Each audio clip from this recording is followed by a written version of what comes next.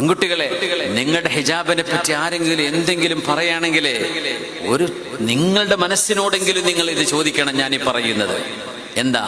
ഒരു പെൺകുട്ടി അവളുടെ ചെസ്റ്റും അവളുടെ ക്ലെവേജും അവരുടെ ഷോൾഡറും അവളുടെ വയറും പൊക്കിളൊക്കെ കാണിച്ച് നടക്കുമ്പോ ഏതെങ്കിലും ഒരുത്തൻ ചോദിക്കാറുണ്ടോ എന്തിനാ പെങ്ങളിത് കാണിക്കുന്നത്?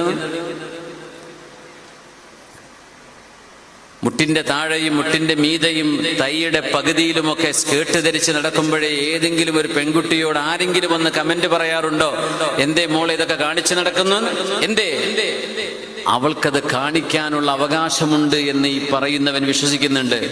ഒരു പെൺകുട്ടിക്ക് അവളുടെ ശരീരം കാണിക്കാൻ അവകാശമുണ്ടെങ്കിൽ ഒരു വിശ്വാസിനിയായ പെൺകുട്ടിക്ക് അത് മറക്കാൻ അവകാശമില്ലേ?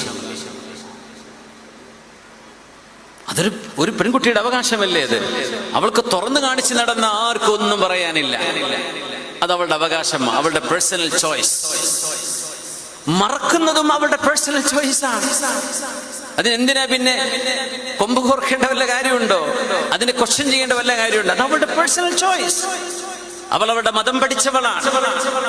ഈ ലോകം ശാശ്വതമാണെന്ന് ബോധിച്ചവളാണ്. പരലോകമുണ്ടെന്ന് വിശ്വസിച്ചവളാണ്.